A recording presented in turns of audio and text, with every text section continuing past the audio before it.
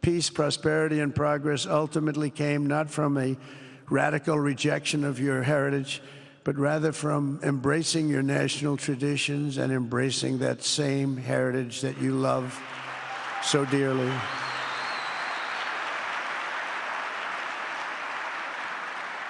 And it's something only you could do. You achieved a modern miracle, the Arabian way. That's a good way.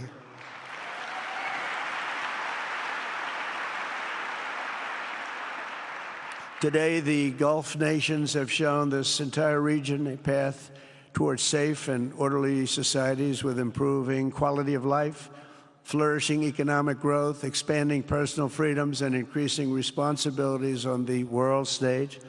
After so many decades of conflict, finally it is within our grasp to reach the future that generations before us could only dream about, a land of peace, safety, harmony, opportunity, innovation, and achievement right here in the Middle East. So beautiful. It's such a beautiful thing that's happening. I guess, you know, the people that are here can't even really appreciate it because you see it happening, and it's when you come to a place that you haven't seen in 5 years or 10 years or 20 years that it's even more incredible. When I left office just over 4 years ago, that future seemed almost impossible, what you've done. Together we had obliterated the killers of ISIS. We wiped them out, terminated its founder and leader, al-Baghdadi. We had healed the divide in the Gulf Cooperation Council, it's a very big deal, and united the nations of the region to stand against the enemies of all civilization. We'd imposed unprecedented sanctions on Iran and starved the regime of resources to fund terror. They were unable to fund anything because they had no money left. They had no money. But the new administration came in and let them have a lot of money, and you saw what happened. It was not money well spent. And with the historic Abraham Accords that we're so proud of, all the momentum was aimed at peace, and it aimed very successfully. It's been an amazing thing, the Abraham Accords, and it's my fervent hope, wish, and even my dream that Saudi Arabia, a place I have such respect for, especially over the last fairly short period of time, what you've been able to do, but we'll soon be joining the Abraham Accords. I think it'll be a tremendous tribute to your country, and it will be something that's really going to be very important for the future of the Middle East. I took a risk in doing them, and they've been an absolute bonanza for the countries that have joined. The Biden administration did nothing for 4 years. We would have had it filled out. But it will be a special day in the Middle East with the whole world watching when Saudi Arabia joins us, and you'll be greatly honoring me, and you'll be greatly honoring all of those people that have fought so hard for the Middle East, and I really think it's going to be something special, but you'll do it in your own time, and that's what I want, and that's what you want, and that's the way it's going to be. When I left office, the only thing still standing between this region and its unbelievable potential was a small group of rogue actors and violent thugs seeking constantly to drag the Middle East backward and into havoc, mayhem, and indeed into war.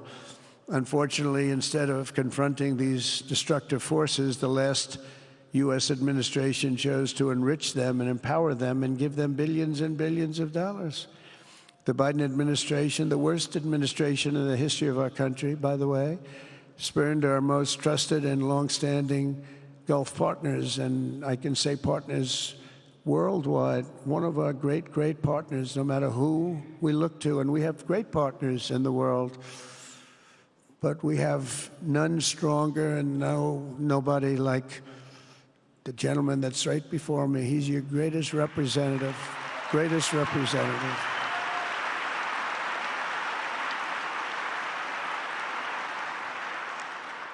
And if I didn't like him, I'd get out of here so fast. You know that, don't you? He knows me well. I do. I like him a lot. I like him too much. That's why we give so much, you know? Too much. I like you too much. Great guy. They lifted sanctions on Iran in exchange for getting nothing. and sent the regime tens of billions of dollars to fund terror and death all over the world. And they laughed at him. They laughed at our leader. And they're still laughing at our leader. They thought him a fool. And they made nothing but trouble ever since, including the funding of October 7th, one of the worst days ever in the history of the Middle East. Horrible day. Biden removed the Houthis from the list of foreign terrorist organizations, even while missiles and drones were being launched right here at your beautiful city of Riyadh, and launched at ships if they happened to be sailing in the wrong location. The Biden administration's extreme weakness and gross incompetence derailed progress toward peace, destabilized the region, and put at risk everything we had worked so hard to build together.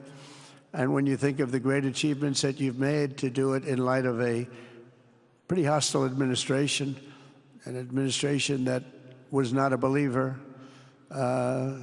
it makes your achievements even greater. Makes them even greater, you know that. But in a few short months since taking office, we have achieved the swift return of American strength at home and abroad, now working with the vast majority of people in this region who seek stability and calm. Our task is to unify against the few agents of chaos and terror that are left and that are holding hostage the dreams of millions and millions of great people. The biggest and most destructive of these forces is the regime in Iran, which has caused unthinkable suffering in Syria, Lebanon, Gaza, Iraq, Yemen, and beyond. There could be no sharper contrast with the path you have pursued on the Arabian Peninsula than the disaster unfolding right across in the Gulf of Iran. Think of that. They wanted to name it that. I said, they're not going to let them do that. Do you mind if I stop that? I stopped it. We're not going to let that happen.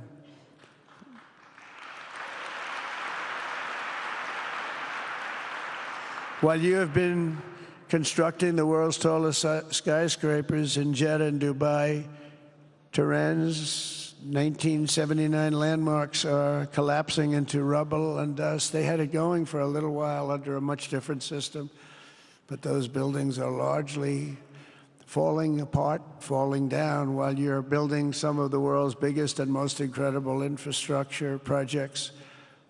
Buildings, all sorts of things you're building that nobody's ever even seen before. Iran's decades of neglect and mismanagement have left the country plagued by rolling blackouts lasting for hours a day. All the time you hear about it. While your skill has turned dry deserts into fertile farmland, Iran's leaders have managed to turn green farmland into dry deserts as their corrupt water mafia, it's called it the water mafia, causes droughts and empty riverbeds. They get rich, but they don't let the people have any of it. And then, of course, there's the key difference at the root of it all. While the Arab states have focused on becoming pillars of regional stability and world commerce, Iran's leaders have focused on stealing their people's wealth to fund terror and bloodshed abroad. Most tragic of all, they have dragged down an entire region with them. Countless lives were lost in the Iranian effort to maintain a crumbling regime in Syria. Look at what happened with Syria. In Lebanon, their Hezbollah proxies have pillaged the hopes of a nation whose capital, Beirut, was once called the Paris of the Middle East. Can you imagine? All of this misery and so much more was entirely avoidable, absolutely avoidable. And Mohammed knew that. He knew that.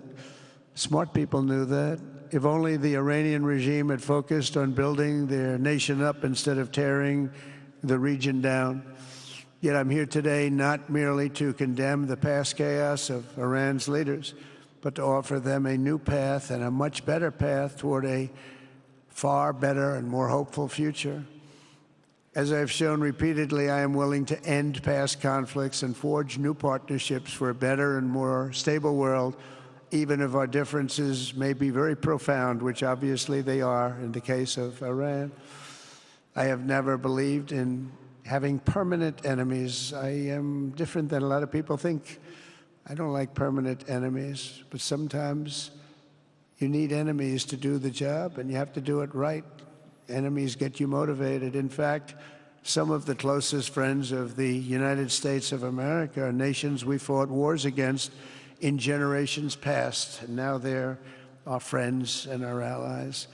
I want to make a deal with Iran. If I can make a deal with Iran, I'll be very happy if we're going to make your region and the world a safer place. But if Iran's leadership rejects this olive branch and continues to attack their neighbors, then we will have no choice but to inflict massive, maximum pressure, drive Iranian oil exports to zero, like I did before. If you know that, they were a virtually bankrupt country because of what I did. They had no money for terror. They had no money for Hamas or Hezbollah, and take all action required to stop the regime from ever having a nuclear weapon. Iran will never have a nuclear weapon.